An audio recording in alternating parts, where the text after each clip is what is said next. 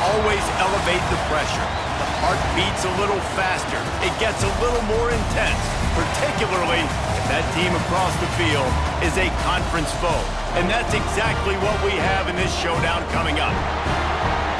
Welcome to Ames, Iowa, home of the Cyclones of Iowa State.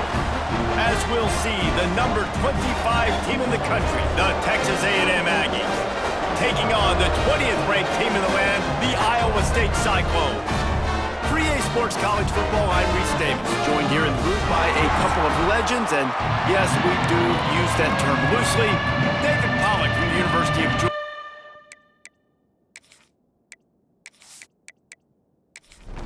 Texas A&M set to kick off to christen this game. He'll take the return, try to get better field position.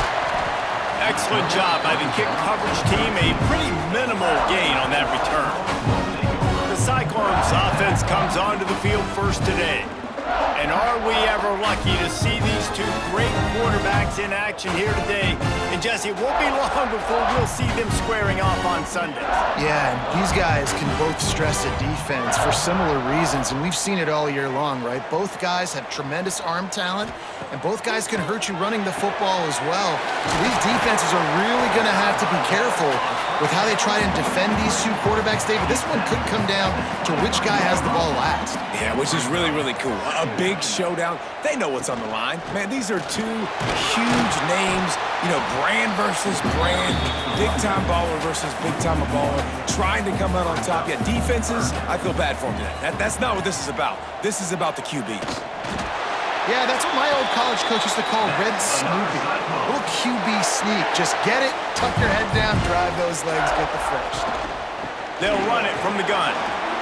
Gets it past the first down marker and still running. And he's brought down after a nice gain. And the Cyclones are moving quickly down the field. Off the play fake on first down to throw. And it's incomplete. If you're going to take a hit like that, you might as well hang on to the ball. Working well behind the sticks on second down. He'll do it himself. At midfield, he's got room. Found enough room to get it into enemy territory. They're down at the 43-yard line. The Cyclones come to the line with a fresh set of downs. And they'll knock him down for a 5-yard loss. They had this drive going, but they face a 2nd and 15. Back to throw, it's Beck. Makes the grab, it's Jackson. He's got it out of bounds at the 41-yard line. 8th play on this opening drive coming up, and they need a 3rd down conversion. From the gun, wants to pass. Blasted as he lets it go. And they're running out the kicker to give it a try. He says he can kick one from 75, but here he's going to need just 58 of them. Thought he had it and couldn't get it through the uprights. He missed it. Kicker couldn't quite get it through, and the scoreboard remains the same. So Texas A&M's offense will take the field for the first time. And they are led up front by a powerful offensive line that opens up an array of possibilities, Jesse. No question, it's the identity of this offense. Multiple players up front that are going to play in the National Football League. This unit is going to be up for the Joe Moore Award at the end of the year for the outstanding O-line, David. They are going to try and establish the line of scrimmage with their physicality. Man, it's a tremendous challenge with this defensive line because you know that. Like, you've got to be aggressive. You've got to be physical. I've got to take away their ability to run the football first. This unit's nasty. They're dirty. I love it. Let's see if the offenses can find a little rhythm as we start the second quarter. After the short completion, let's see if they go back to the air. Second down, they'll go to the air. Grabbed in the middle, it's Moss. And they wrap him up, but not before he gets enough on the catch for the first down. Here's this offense with a fresh set of downs. Hand off from the shotgun. And the defense holds firm. No pickup at all on that play. Got stuffed on first down. It's 2nd and 10. Right back to it. Turning it on. And this defense is a half a beat behind. They just can't quite keep up. They've got it down to the 21. Yeah, defensively, you better be ready to run east and west when you're playing against this offense. In their running game, that time, the offense was able to outflank the defense to the right side for a big play. The give to the running back from the shotgun. And maybe he'll get back to the line of scrimmage, but no more than that.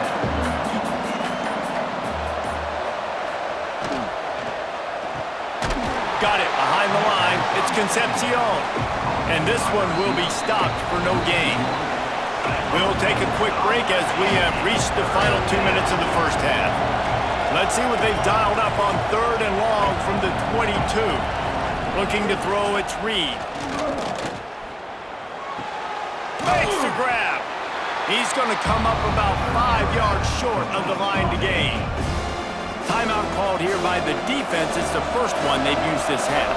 Here comes the field goal unit as they'll try to take the 3. Nestled just inside that right upright. And with that, they break the seal on the scoring. It's 3-0.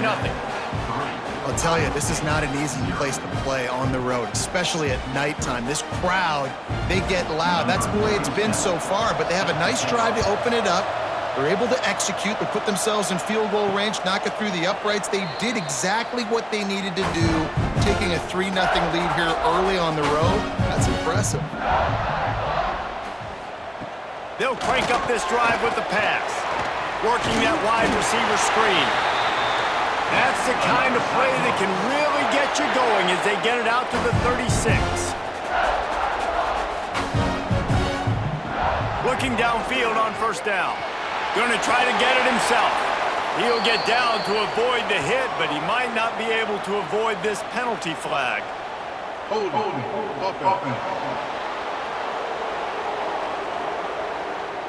That penalty moves the ball back 10 yards. We'll replay the down. Offense set on 1st down. Takes a snap, wants to throw. And this will be incomplete. A big hit there forces 2nd down. Couldn't make the connection last time. Let's see if they throw it again. Now the play fail. Here comes the heat. Caught over the middle. It's Sowell. And they're able to get him on the ground. IndyCar tempo as they head to the line for this 3rd down play. Clock running. Looking to throw again. Bears the pressure. Fires deep on the run. And they wanted it all on 3rd down, but now dealing with 4th down. And the Cyclones will try to pin them back with the punt. First time we've seen their punt team tonight. Now on the return. He'll be guided out of bounds, but not before a nifty return on that one. Plenty of time left in the half here as they take over, but they will want to be efficient here in the final 2 minutes. Dropping back, it's Reed. On target. They'll immediately call timeout. This defense is going to have their hands full trying to defend the pass with all of these weapons they've got on the perimeter of the field. That is a great job bringing a dangerous target down right away after he catches the slant. Caught behind the line. It's Moss. He's close to the 1st down, but they're going to mark him just a little short. And the Aggies line up trying to move the sticks on 3rd and short. Fires to the wideout. Intercepted. Looking for more room. And he's wrapped up after a solid return on the pick.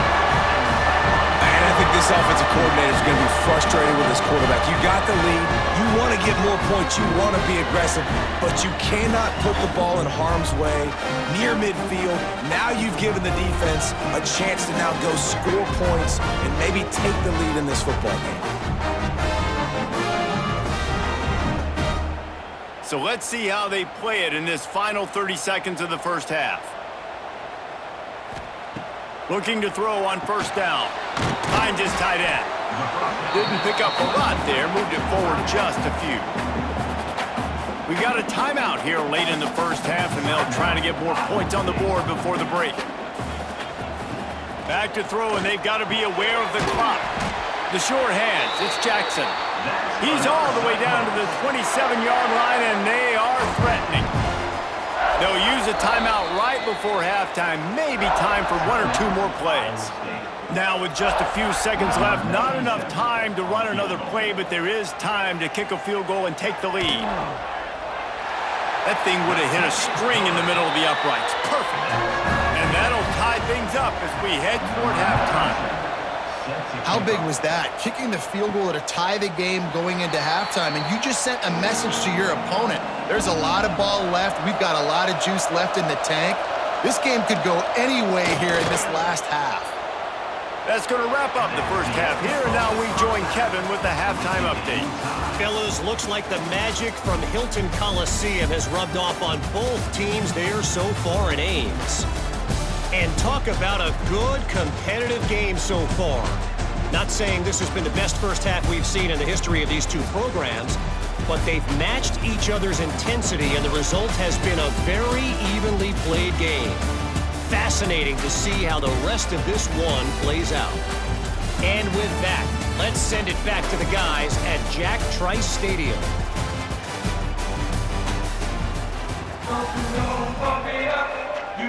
The Cyclones will boot it away to start the second half. He'll start the return inside his 5. He was looking for some running room, but not much to be found as he stopped at the 18. The Texas A&M offense goes back to work. And points have been hard to come by in this one. They'll try to put together a drive. And they pick up just a few on that completion. Backed up now, here's second and long. Off the play fake. Quickly out to the tight end. That's a really good tackle there, giving up some size and still making the play. Back to pass, it's Reed. Swings it out to his running back. And they knock him down, but he got past the line to gain.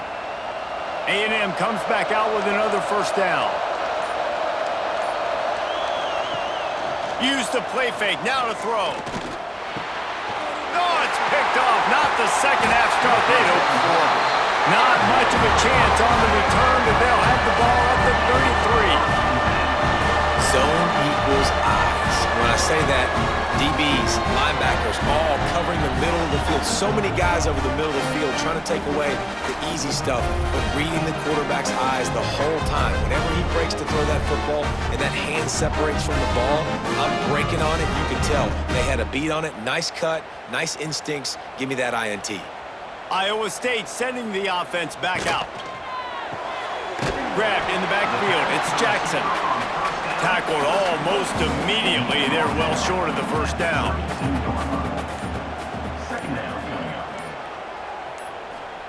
Going to swing it on second down. That's caught. It's Sowell. Really confident throw and catch there. Big pickup, and they have a first down.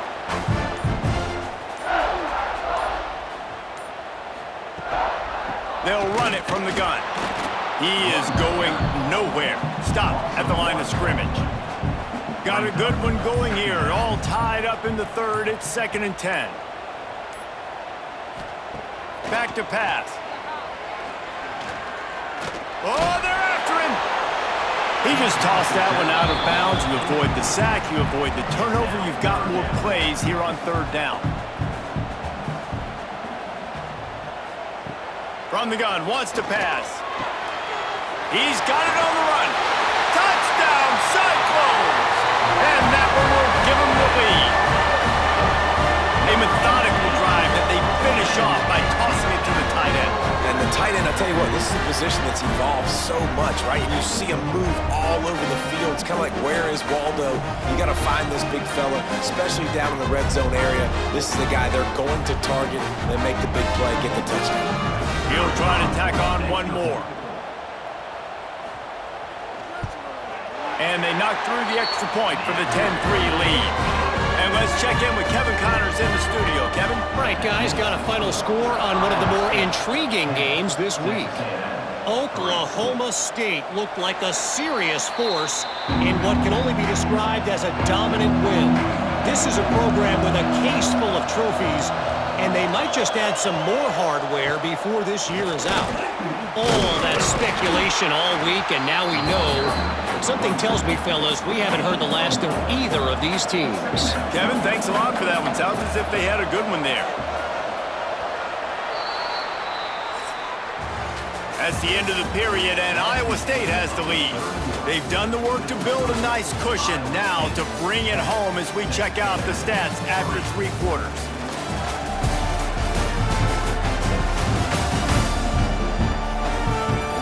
Not only is the scoreboard on their side, but so too is time as we open the 4th.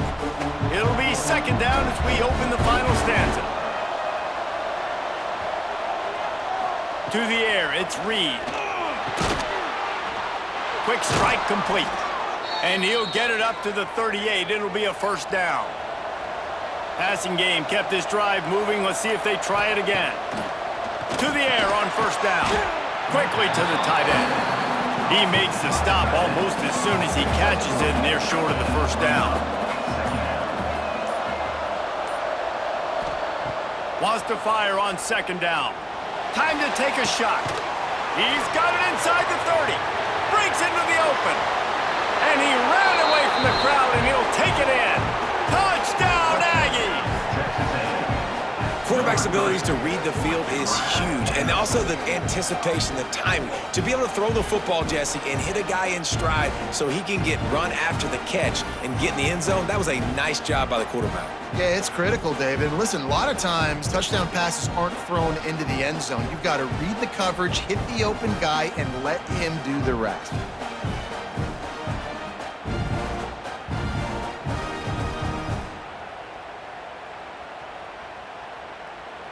Setting up for the extra point and the tie.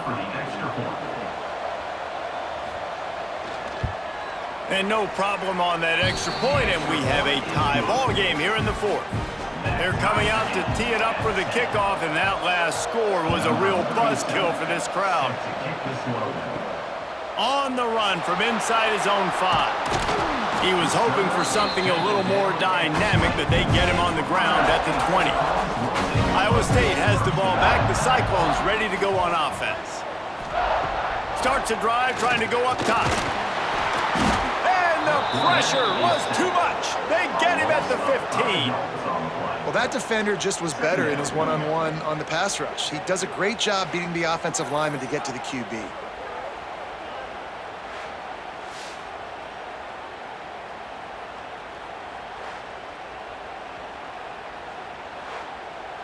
And the Cyclones have put themselves in dire straits after that last play. It's 2nd and a mile. Dropping back, it's Beck. Finds his back in the middle. And a good job in coverage there as they stop it after just a few. Not exactly the ideal situation for this offense. 3rd and long, backed up inside their 20. From the gun, wants to pass. Unloads to the wideout. And that's incomplete. A defender all over him. Knocked the ball to the ground. 4th down coming up. The Cyclones decide to punt it away. This will be the 2nd time they've had to kick it away. Fields to punt and tries to help improve that field position. The solid return there offsets some of the punt yardage and really sets up this offense nicely. He'll keep it himself. And he was fortunate not to lose yardage on that play, able to wedge it back to the line of scrimmage.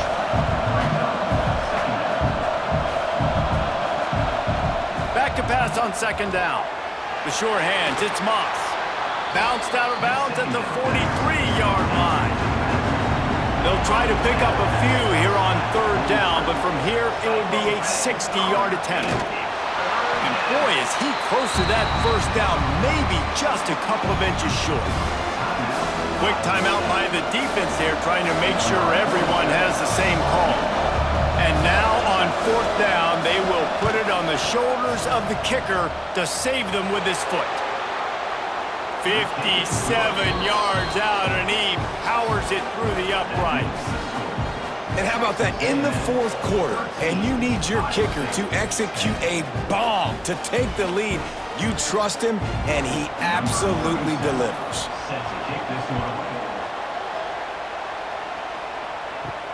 And he takes this from inside the 5. Nice job by the kickoff team. Everybody stayed in their lanes, and they'll stop him at the 16.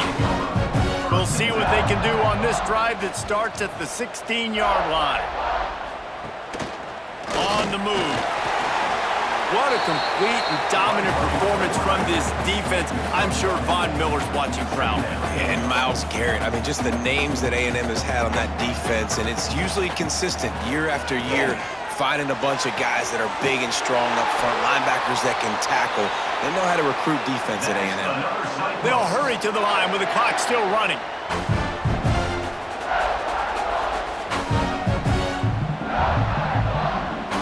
Back to throw, it's Beck. Pulls it in, it's Jackson. And a good job of coverage by that defense, just a short pickup. Clock's running, and they'll try to get to the line, warp speed for second down. Looking up top, and time is of the essence. Caught in the backfield, it's Hansen. And that defense is there to guide him out of bounds after a short gain. Probably need to pick up a few yards. From here, it would be a 62-yard attempt. Under fire. They get to him as he throws. Picked off. What a play by this defense. Taking it the other way. Finally brought down, but what a play, not only to get the football, but to flip the field position with the return. Not only do they get the interception, but they're able to get a huge return. Remember, this team practices this all week, right? Once they get the interception, they've got guys turning their heads, and they're looking for blocks. They're looking for people to get a hat on down the field. And with that INT, they now flip it. That could be a big point swing in this game. Running out the clock seems to be a mere formality here as they are ready to snap it in victory formation. This quarterback happy enough to take a knee and head to the locker room, but the defense still does have a couple of timeouts if they want to use them. Not all close games are created equal, but this one, man, what a ride. A matchup between a couple of ranked teams, and certainly it was a memorable one. No doubt about it. I think there were a lot of eyeballs watching this game, not just fans of these two teams, but people maybe outside of conference affiliation looking in because this is a ranked matchup. So when you get this win, this is huge in the eyes of the committee with respect to the college football playoff. This win just means more. I was thinking the exact same thing. Like, for the college football playoff picture, how